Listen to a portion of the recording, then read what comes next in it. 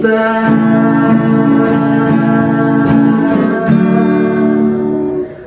ada di sini.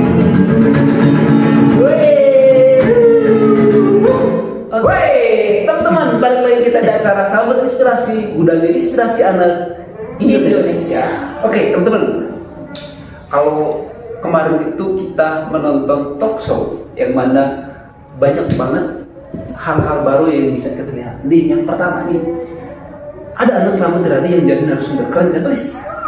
Keren, wow, keren banget ya. Lalu yang paling menarik lagi adalah bukan hanya anak-anak dong nih, ada orang luar nih, ada juga pengawas, ada juga orang tua yang ketika sedang bekerja mereka menceritakan soal pengalaman mereka baik sebagai ibu rumah tangga maupun sebagai apa ya, orang yang bekerja di kantor.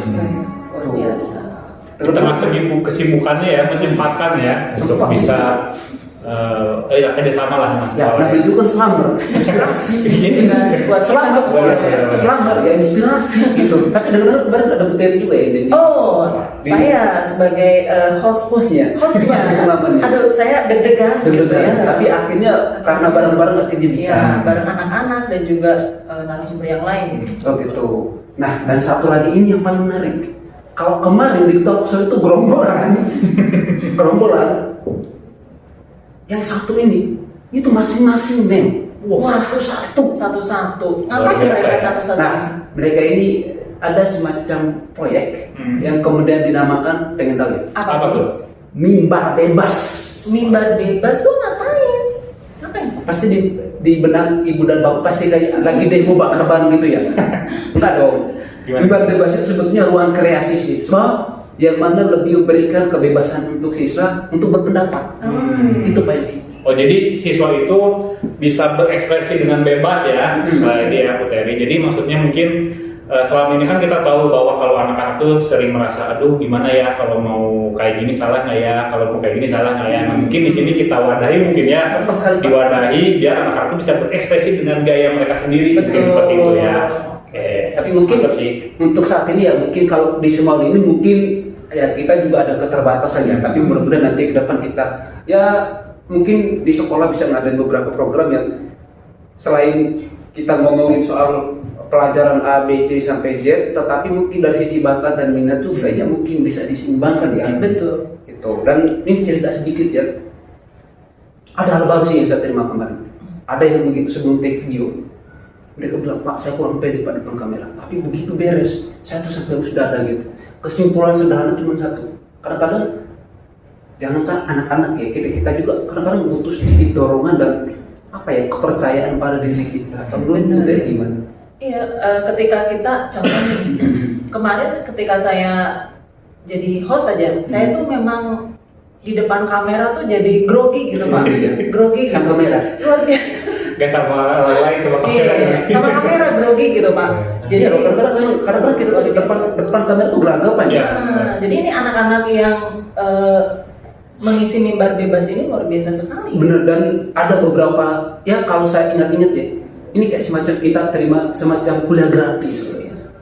Kok bisa gimana tuh? Pak, materinya tuh sangat dekat banget dengan kehidupan kita sehari. Ada yang mungkin coba deh nanti dicek ya, nanti kita tonton nanti sebentar lagi. Itu pasti ada beberapa tuh yang mungkin kita mengalami.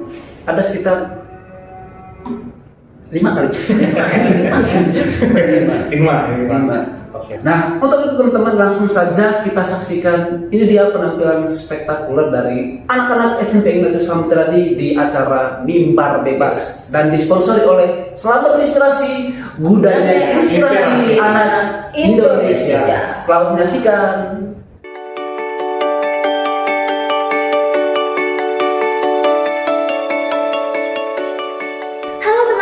Jumpa lagi di acara Selamat Inspirasi Gunakan Inspirasi Anak Indonesia. Indonesia dibangun dengan perjuangan panjang dan memiliki begitu banyak keberagaman yang membuat Indonesia seperti 100 negara yang menyatu dengan indah dalam bingkai Bhinneka Tunggal Ika. Mengisi kemerdekaan tentu menjadi salah satu agenda besar bangsa dan tentu melibatkan kita semua. Pada beberapa tahun akhir ini, pembicaraan mengenai persatuan dan kesatuan bangsa berhasil menyita perhatian publik. Tentu, hal ini diimbangi dengan sebuah gerakan bersama untuk menjaga persatuan dan kesatuan bangsa. Pelaksanaan pendidikan di Indonesia merupakan bagian dari upaya pewarisan nilai-nilai luhur kebangsaan. Proses internalisasi pengalaman, budaya, peradaban, dan pola kehidupan di lingkungan sekolah menjadi salah satu ujung tombak penguatan karakter dan identitas suatu bangsa. Sejak dini, para peserta didik mulai didorong untuk dapat memahami kehidupan yang selalu menyajikan keberagaman dan perbedaan, yang tentu membuat kebijaksanaan dalam bersikap. Melalui pengenalan dan kebiasaan yang dilakukan terus-menerus, percayalah, kelak bangsa ini akan tumbuh menjadi bangsa yang tangguh dan kuat, dengan berbagai macam sumber daya yang kompeten. Secara khusus, di lingkungan SMP Ignatius Selamat Riyadi ini, pada penilaian tengah semester genap beberapa waktu lalu, dibilang sangat unik loh. Pada penilaian yang berbasis proyek itu, para peserta didik diberikan kesempatan untuk saling mengenal berbagai macam kebudayaan di Indonesia. Peserta didik secara mandiri mempelajari identitas unik dari setiap provinsi berupa tarian daerah, makanan khas, pakaian adat, suku-suku, bahasa daerah, dan dialek, adat, atau kebiasaan, dan sebagainya. Hal semacam inilah memang sangat penting bagi setiap warga negara. Perlu kita catat dan kita ketahui bahwa dalam membangun relasi dengan orang lain, maka kita siap berhadapan dengan budaya lain yang merupakan saudara kita sendiri. Disinilah kita memahami bahwa kita harus bisa berdiri di atas semua perbedaan. Selain itu, hal yang dilakukan para peserta didik adalah mempraktikkan tarian daerah dari provinsi yang menjadi fokus utama penelitiannya.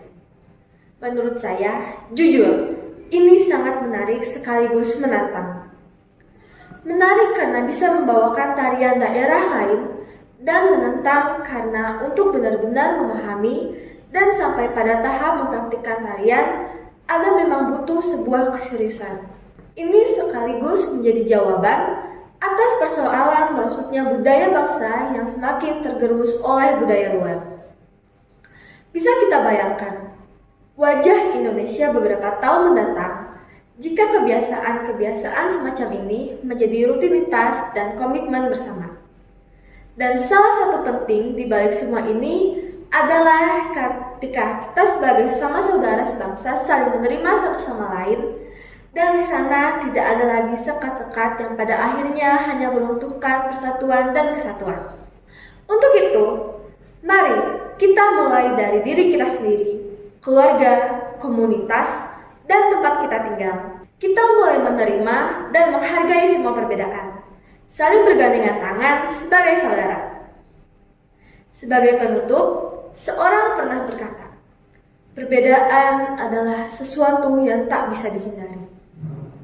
Tapi di atas semuanya itu ada suatu ruang yang bisa menyematkan kita, yaitu kesadaran diri. Sekian dari saya, Angel Aurelia, Selamat Riyadi. Makasih. Dadah semua.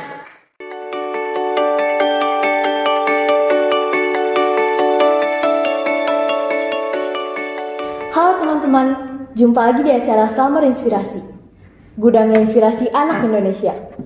Aku, Sachiko Tamayogi, anak kelas 7 yang dulunya bisa dibilang agak ikut mengalami yang namanya kesusahan memulai hubungan atau interaksi sosial sama orang lain.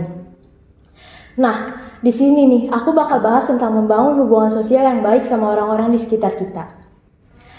Perlu kita ingat kalau proses sosialisasi itu jadi salah satu komponen penting yang termasuk di dalam perkembangan kepribadian seseorang. Ini berdampak ke perilaku dan pengalaman setiap dari kita. Contohnya nih ya, kalau kita nggak terbiasa berhubungan sama orang lain, maka nanti suatu saat ketika kita diminta untuk berbicara di depan orang lain, kita tuh bakal merasa kurang percaya diri atau bahkan nolak buat berbicara. Pertama, aku bakal jelasin sedikit tentang hubungan sosial. Jadi, hubungan sosial itu adalah hubungan yang sifatnya timbal balik antara manusia sehingga itu bakal saling mempengaruhi satu sama lain sebagai bagian dari pemenuhan kebutuhan dasar. Karena manusia ya emang pada dasarnya makhluk sosial. Supaya bisa punya kehidupan atau hubungan sosial yang baik, prinsip yang harus seenggaknya diingat itu sistem saling menerima dan menghargai. Loh, kenapa emangnya? Karena kita semua hidup itu berdampingan. Gak mungkin juga kan hidup berdasarkan kehendak sendiri. Mau gimana pun juga, kalau mau punya hubungan sosial yang baik, respon orang-orang itu penting. Catat nih ya, poin pertama, harus bisa menerima dan menghargai orang lain. Pokoknya semua perbedaan dari kita tuh harus diterima. Yang kedua, jangan takut untuk memulai. Bayangin aja, kalau lagi ada di satu ruangan sama orang yang takut memulai pembicaraan juga, mau secanggung apa jadinya? Kalau masih takut, kamu bisa coba tanya hal-hal yang ringan dulu. Misalnya, kamu mau kemana? Atau gimana kabar kamu? Tenang aja deh, kamu sama orang lain yang kamu ajak ngobrol itu kan sama-sama manusia, jadi ya santai aja. Sebetulnya sih dua itu aja intinya. Kita mungkin aja pernah punya pengalaman yang mirip kayak gitu. Ketika ketemu sama orang, dari dalam hati tuh udah ada niat untuk bertanya. Tapi entah kenapa, tiba-tiba niat untuk nanya itu tuh jadi urung. Dan ujung-ujungnya malah diem doang. Aku ambil satu contoh. Di satu waktu, kita pergi ke sebuah tempat yang belum pernah kita singgahi. Apa kita cuma bakal berdiam diri? Padahal di saat yang sama, kita belum tahu seberapa jauh lokasi yang kita tuju. Di sini nih, kita bisa paham betapa pentingnya sebuah proses sosialisasi. Aku pernah baca sebuah buku yang ditulis oleh seorang motivator terkenal. Dengan tegas, dia bilang bahwa untuk mencapai posisi sebagai motivator itu bukan segampang membalikan telapak tangan. Selain memperkaya pengetahuan dan berlatih, hal lain yang dia lakukan itu ikut terlibat dalam pembicaraan dengan orang lain. Apalagi di era sekarang, menutup diri dari kehidupan sosial bukan tindakan yang tepat. Aku jadi ingat dengan sebuah pepatah dari Ki Hajar Dewantara, yaitu setiap tempat adalah sekolah dan setiap orang adalah guru. Bisa dibayangin kan kalau seandainya kita punya banyak teman atau kenalan, kita bisa dapat banyak informasi dan pelajaran dari mereka yang bisa kita manfaatkan. Tapi dengan catatan, setiap hal yang kita terima dari orang lain perlu kita saring, oke? Nah, bergaul juga bisa sama siapa aja. Mau yang muda, yang tua, yang perempuan atau yang laki-laki. Hal-hal semacam itu tuh gak akan menghambat kita buat melakukan interaksi sama orang lain. Walaupun awalnya pasti susah, tapi gak apa-apa. Namanya juga proses kan ya, gak ada yang instan. Yang penting dicoba dulu aja. Jadi, ayo kita mulai membuka diri untuk bergaul. Jadiin setiap perjumpaan sebagai momentum untuk belajar dan bertumbuh. Karena berteman tuh bukan cuma ngasih rasa nyaman, tetapi mendorong kita buat tumbuh dan berkembang. Ayo sini berteman sama aku, besok, lusa, minggu depan, dan hari-hari yang bakal silih berganti, kita bisa berbagi cerita tentang kasih sayang, harapan, atau bahkan perjuangan untuk masa depan. Sekian dari aku, terima kasih teman-teman.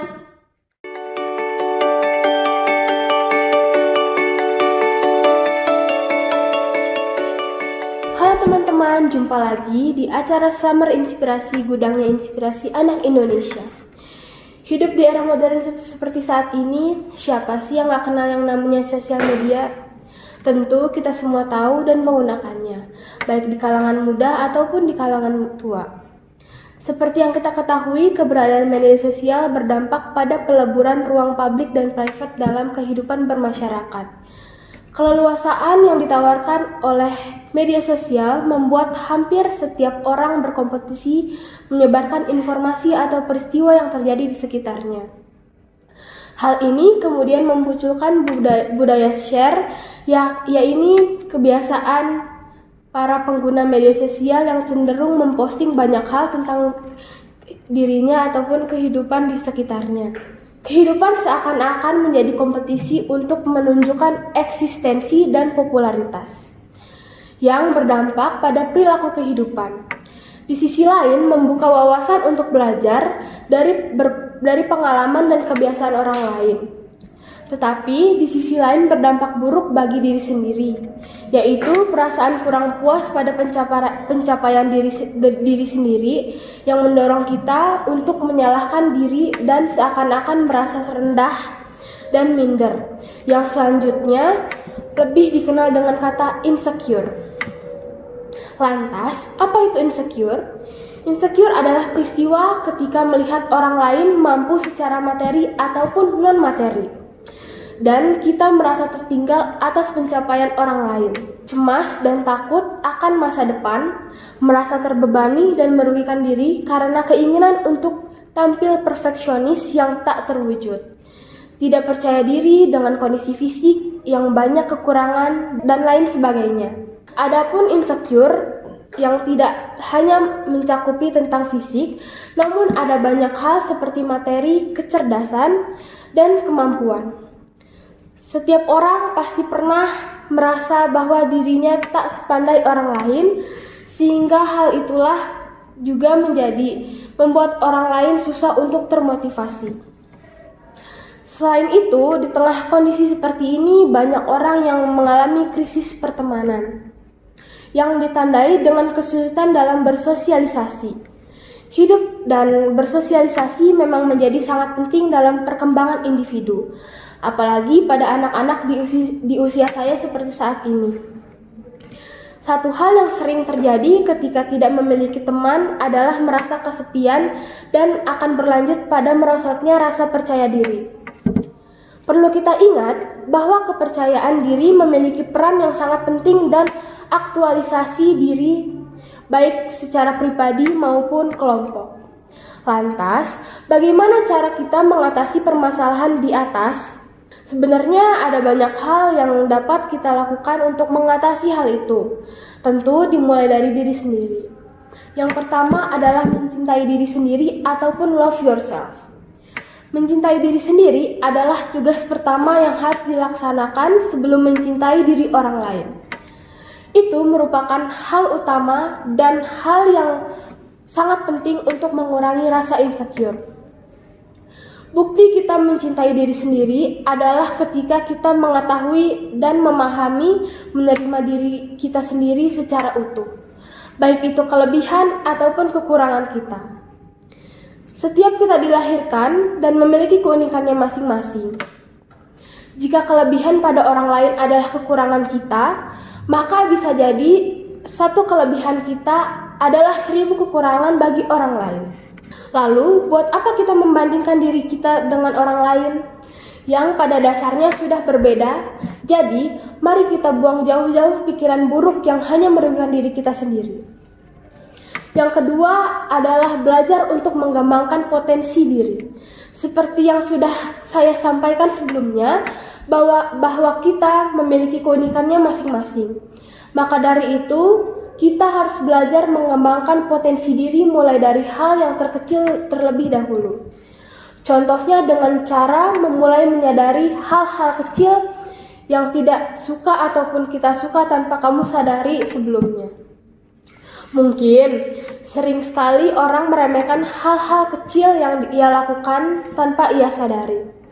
Dan orang itu kesulitan untuk mengembangkan potensi dirinya sendiri. Mengembangkan potensi cukup penting. Kenapa sih? Karena bila potensi yang kita miliki dan kita kembangkan, itu akan menjadi peluang dan bekal untuk masa depan kita di masa depan nanti. Saya Keisha Aurelia, terima kasih.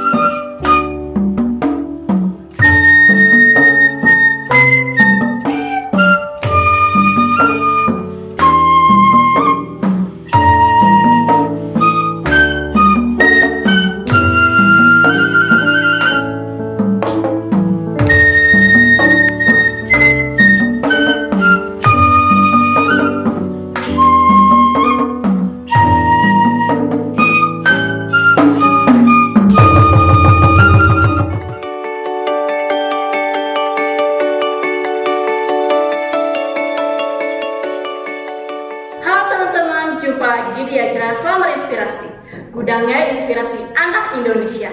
Teman-teman pernah gak sih ngalamin sesuatu yang membuat luka di dalam diri kita? Pasti pernah kan? Tapi gimana caranya kita sembuh dari luka itu? Nah, hari ini aku akan bahas tentang itu. Aku punya cerita menarik nih. Ada seorang anak yang sejak kecil suka melihara kucing. Karena sering bersama, kedekatan antara kucing dan anak itu menjadi sangat kuat.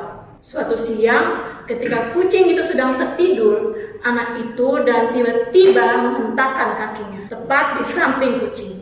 Karena kaget, si kucing langsung mencakar tuannya sampai berdarah. Meskipun kakinya berdarah, anak itu tidak marah ataupun tidak menyakiti kucing tersebut. Yang terjadi, anak itu menjadi mendekati dan mengelus kucingnya. Secara alamiah bahwa setiap makhluk hidup memiliki cara tersendiri untuk mempertahankan hidupnya, termasuk menjaga diri dari bahaya tersebut. Meskipun ada hubungan yang sangat kuat dan dekat, tetapi bukan berarti menghilangkan sifat alami kucing untuk menjaga dirinya. Mencakar tuannya bukanlah sebuah hal ancaman yang masalah besar jika kita memahaminya sebagai upaya menjaga diri. Sikap yang diambil oleh anak itu dalam cerita tersebut secara jelas menunjukkan betapa manusia juga memiliki sifat alamiah yang tidak bisa kita hindari, yaitu kasih sayang. Jika sifat alamiah tersebut tidak ada dalam anak itu, maka bisa jadi dalam hitungan detik nyawa kucing tersebut melayang. Namun rasanya kita juga tak pernah luput dari kesalahan. Terkadang niat kita untuk kita melakukan hal kasih sayang menjadi suatu hal yang tidak diinginkan, yang membuat mental kita down, emosi nggak terkontrol, dan juga negative thinking. Tapi melakukan kesalahan, down, ataupun terjatuh sekalipun merupakan dinamika kehidupan yang tidak bisa dihindari oleh siapapun. Kita sendiri mungkin pernah mengalami hal tersebut. Aku juga pernah kok, yang membuat kita hampir kehilangan harapan atau menyerah. Lalu kita mulai menyalahkan diri kita dan menjadi pribadi yang pasrah akan keadaan sekitar. Pertanyaannya, mungkinkah kita akan terus berada dalam pusaran situasi tersebut? Bukankah kita juga memiliki mimpi yang patut untuk dipertahankan dan diusahakan? Teman-teman, perlu kita ingat bahwa semua hal baik tidak datang begitu saja. Semua butuh usaha dan juga proses. Menyalahkan diri sendiri, lalu pasrah terhadap keadaan, justru memperburuk keadaan kita. Tapi, sebagai manusia, kita patut bersyukur. Karena selain memiliki akal dan pikiran, kita juga memiliki hati nurani dan juga rasa empati. Untuk mau tumbuh dan bangkit, memperjuangkan hari esok kita, memperjuangkan masa depan kita. Kita hanya butuh sedikit dorongan dan kepercayaan diri dari dalam diri kita untuk kembali bangkit. Sebab melakukan kesalahan adalah sesuatu yang sangat manusiawi. Tetapi bangkit dan mencapai masa depan yang gemilang adalah hak untuk semua orang, termasuk bagi kita yang pernah terjatuh. Kamu juga kan? Sekian dari saya, Chelsea Monica. Sampai jumpa, goodbye.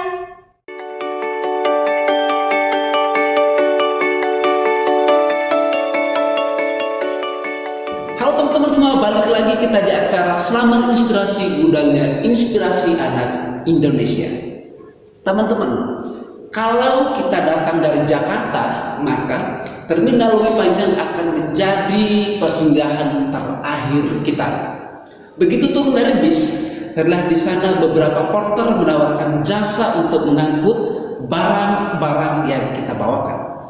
Di saat yang bersamaan, beberapa supir dan juga tukang ojek dengan santun menawarkan jasa. Bang, mau kemana bang? Ayo, langsung berangkat. Belum selesai dengan urusan itu, datanglah seseorang lagi menawarkan jasanya kepada kita. Begitulah sekilas gambaran ketika berada di terminal ini. Teman-teman, kondisi semacam ini akan menjadi sebuah problem tersendiri, apalagi kita adalah orang yang baru pertama kali menginjakkan kaki di kota ini. Sedangkan di tangan kita hanya terdapat secari kertas yang bertuliskan alamat yang hendak kita tuju dan belum pernah kita singgahi. Ditambah lagi orang yang baru saja menawarkan jasanya adalah orang asing yang belum kita kenal sama sekali asal-usul dan identitasnya. Menjadi pertanyaan adalah pada siapakah kita akan percaya? Apakah kita akan percaya pada orang yang pertama, orang yang kedua, atau orang yang ketiga yang tadinya sudah menawarkan jasanya kepada kita? Atau mungkin saja kita akan berdiam diri dan mengikuti kata hati kita sembari memikirkan solusi yang terbaik untuk diri kita. Dan di saat yang bersamaan kita juga belum tahu seberapa jauh terminal dengan tempat yang hendak kita tuju, teman-teman. Untuk itu setiap kita wajib membuat sebuah pilihan dengan berbagai potensi risiko yang akan terjadi. Di sini penting bagi kita untuk memahami apa yang menjadi orientasi kita.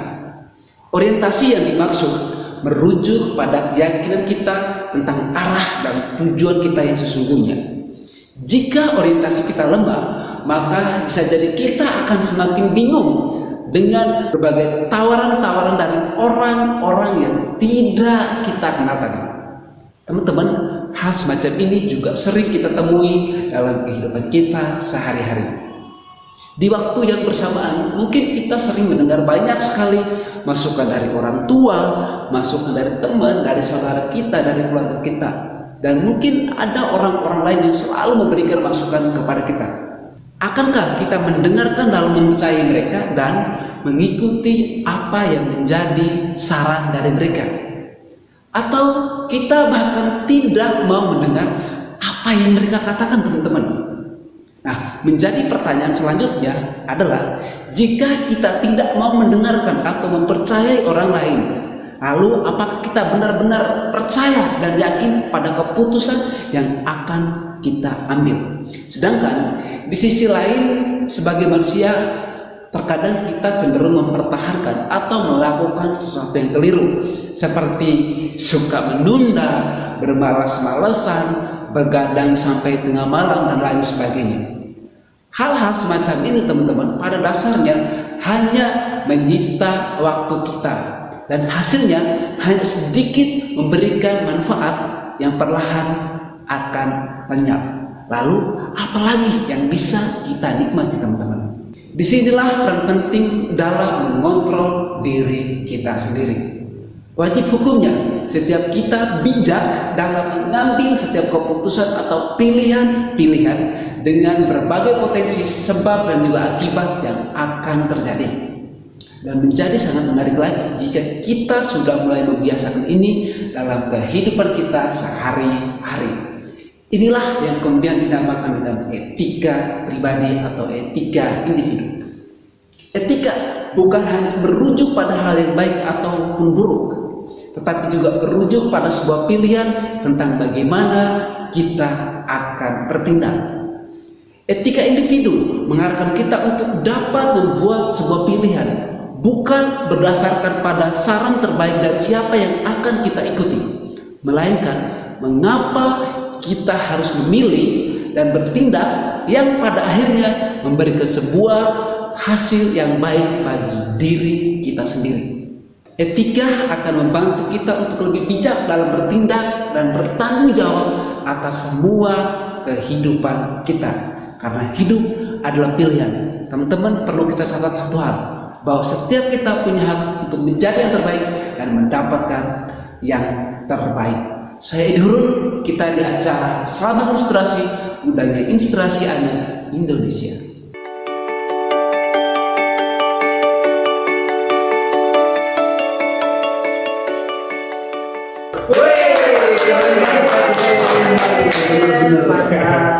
Ya ternyata memang satu hal ya kita sih berharap ke depan banyak anak-anak yang bisa ikut terlibat seperti yang tadi kita saksikan. Wow, tadi penjelasannya benar-benar inspirasi banget sih buat teman-teman yang lain ya, buat kita juga sebagai pengajar.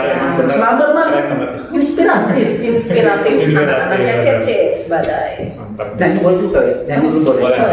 Lagunya gini, pernah dinyanyi oleh salah satu penyanyi yang keriting rambutnya kayak saya. Maksudnya waktu itu ada Iqbal ya. Lagunya itu kira-kira gini. Menariklah dan terus tertawa, kalau dunia tak seindah surga, bersyukurlah pada yang kuasa.